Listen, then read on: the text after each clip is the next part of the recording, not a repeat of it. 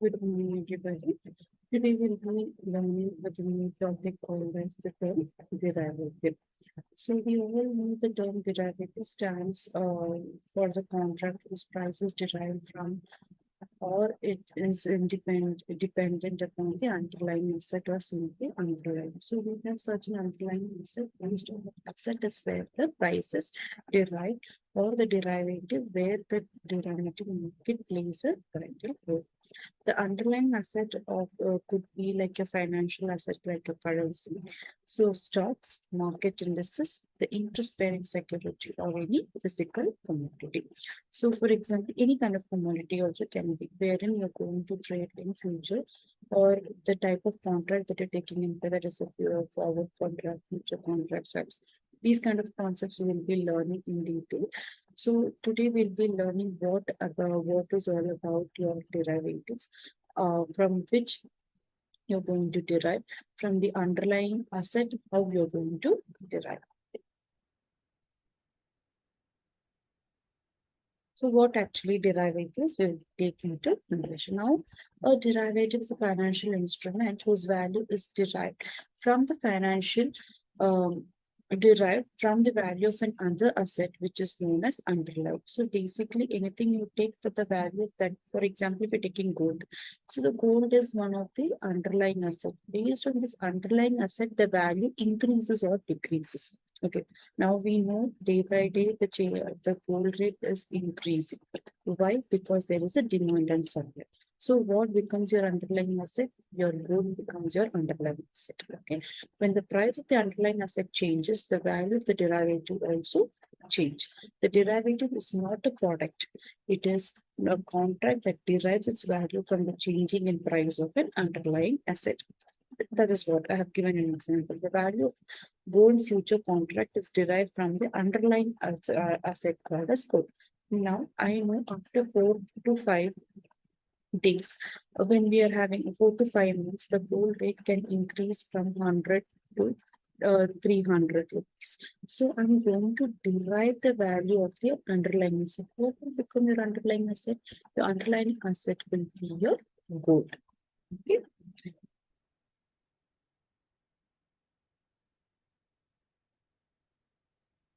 So this is how it works. Okay. So your underlying price changes, your derivative price changes. From the prices derived from the underlying asset. For example, I told you today I know I'm having an underlying asset as gold. After 4 to 5 months of trade, I know the value is increasing from 400 to 300. So what will happen? The change of derivative price also change. So when I'm wanting to sell my gold today, I will sell it for the future price. Okay, what would be the future price? Based on it, I will sell it today because I know the value of my underlying asset will increase in future. That is, there is where the derivatives play a role in this. Okay, it is a kind of a medium that is giving to trade. So why do you need derivatives? Transferring risk. Now I told you there is a change in the prices from the present to the future. So sometimes the prices can also decrease.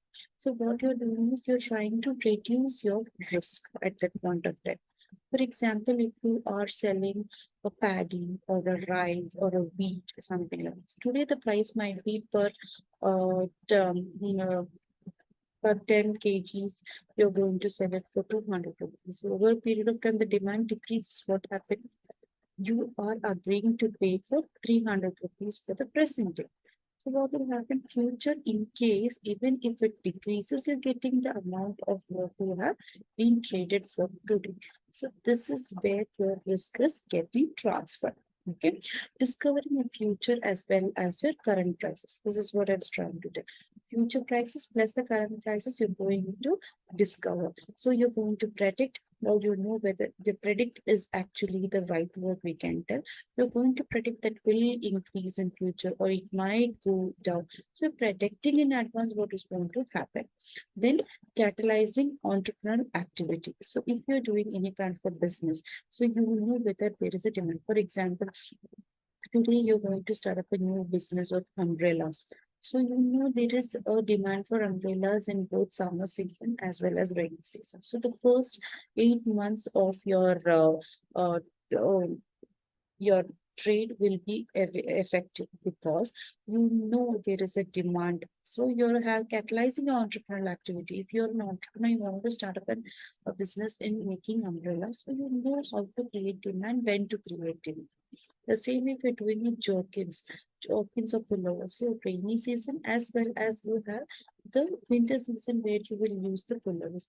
So your entrepreneurial activities can also be catalyzed. Increase savings and investment in long run. Now, what will happen? Due to some economical or political changes, there might come a decrease in the any activity. So, what you're doing is for the long term, you're making a best investment. So as I told you, now in every season you cannot grow all the crops. There are seasonal crops that you're going to grow. So based on the season, what you do is you're going to do more and more of savings at that point of time. Maybe you're taking an advance. Maybe you're growing the crop for them. You're going to sell that item or the underlying asset for them over a period of time. For that period, you're going to charge. So what happened? You're increasing the saving and investment in the long run.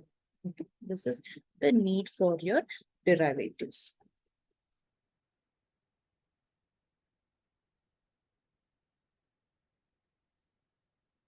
So this is one of the situation.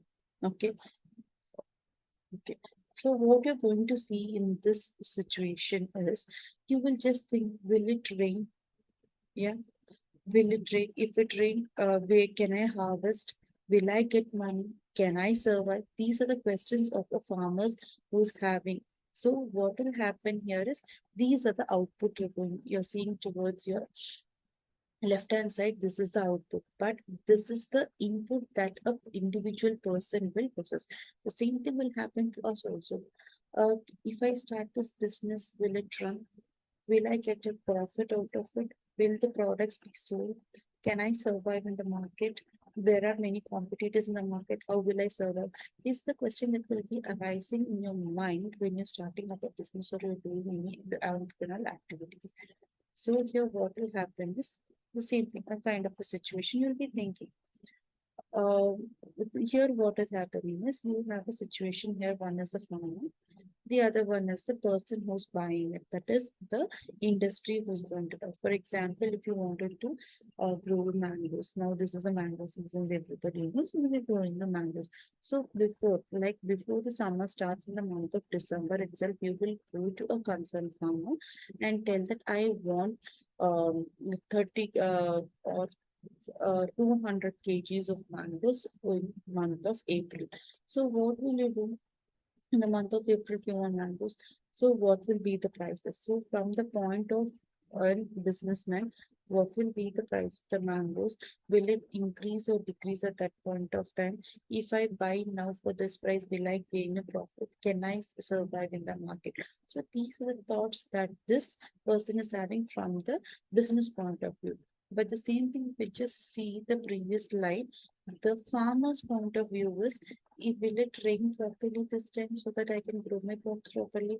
Can I harvest on time? As you told, the deadline is April. So these both the industries and the farmer is having a contract that he is ready to give 200 kgs of mangoes and he is ready to receive 200 kgs of mangoes. So for both the parties, they are having the risk associated with. Okay. Then they will have a contract, and once the contract is set, then they are happy. So it is decided the price or the let's decide the price for the harvest. So now what will happen is a two-person, as I told you, I gave the situation of a business point of view as well as the farmer point of view. So now the industry or the business person is coming and approaching the farmer, telling at the time of harvest what should can we decide the price. Maybe now you have different situations where you can go about it. That will go in detail in coming slides. Okay. So here what will happen is they are deciding. Why do they decide the price prior? Because in case at the time of April, if we don't get a proper production or continuous production of 200 kgs of mangoes at that point of time, the business person or that business will go down. He will not gain any profit. The other competitors would have come to this farmer and he would have taken those mangoes. So he will not be getting any mangoes. So what will he do is this is how he is trying to make an agreement. This is over the counter exchange. It is directly between the two parties. Okay. This is your over the counter exchange.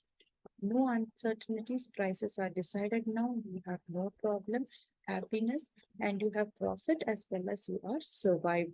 Now you will think, yes, I've survived. Both the sides. Now, according to the regulations, what they're trying to tell us, a security is derived from the debt instrument like share, loan, whether secure or unsecured, risk instrument or the contract for the difference of any other form of security. So, contract which derives its value from the prices or the index price of an underlying security. So, underlying security in the sense or underlying assets you're going to derive the value. So, for example, if it's a mango, there is a benchmark for everything that how much you can value for a mango. When you're buying in lot, how much you can buy. When you're buying an individual for per kg, how much you have to pay. So, we all know that. So, based on that indices, you have to price index of the price you have to do. For example, if I tell you now we have Coke, Pepsi, Thumbs Up, Miranda, Fanta, all these are the soft drinks that we have. Have you ever noticed the prices of these will be almost similar, 1 or 2 rupees plus or minus, not more than that, because for each product there is a benchmark where you can fix the price. You cannot fix more than that, or you cannot fix less than that. There is a benchmark. So maybe the range they would have given 1 or 2 less or 1 or 2 minus. So based on that is where your prices are decided. Why do derivative exist? One is for hedging and one is for speculation. What is the difference between hedging and speculation? Hedging is nothing but you are ready to take the risk. You're ready to hedge the risk. You're ready to accept what it comes. Speculation, you're going to predict what is going to happen. Okay. Hedging, today the price is 100, tomorrow the price is 300. Even if it is going down, you're ready to accept the risk. Even if it is going more, you're ready to accept the risk. This is hedging. Speculation is something which you're going to predict in prayer. Today, if I invest 100 rupees, will I get a profit of 300? You are speculating. Yes, I might get. I will get. Only based on speculation is where you're going to invest in certain places or buy certain kind of an underlying asset. So who are the traders? There are persons that is involved, three types of traders that is involved. One is hedger, speculator, and arbitrator. So hedger is someone who faces the risk associated, as I told you, with the price movements of an asset. Speculator who enters the future market to pursue a profit, accepting the risk endeavors. Okay. And arbitrators simultaneously they will do the transaction two markets. Okay, one is involved in making profit and mispricing. Arbitrators also, like, he will buy for the low price and sell in the high price. In the same, a person who's buy and sell simultaneously is called an arbitrator. So he's ready to accept the risk, or these are the that is he's ready to accept the risk that is associated. Maybe sometimes he's buying for example, the cost of an apple that he's, we will just take a simple example so that you will understand. He will take we will give two situations. One, okay, for one situation is you're buying an apple for 30 rupees per apple. Okay, and if you're selling it for simultaneously, I will buy from one person and immediately I'm selling it for the other person. Okay, so what will happen is I'm buying for 35, I'm selling it for 40, I'm making a profit simultaneously. So I become an arbitrator. The second situation is I buy the product uh, for very high price, that is for 40 rupees or 45 rupees per apple. But by the time I do the next transaction, the value of the apple will be reduced. That is 35 or 30. So what happens at that point of time? He has to accept the risk.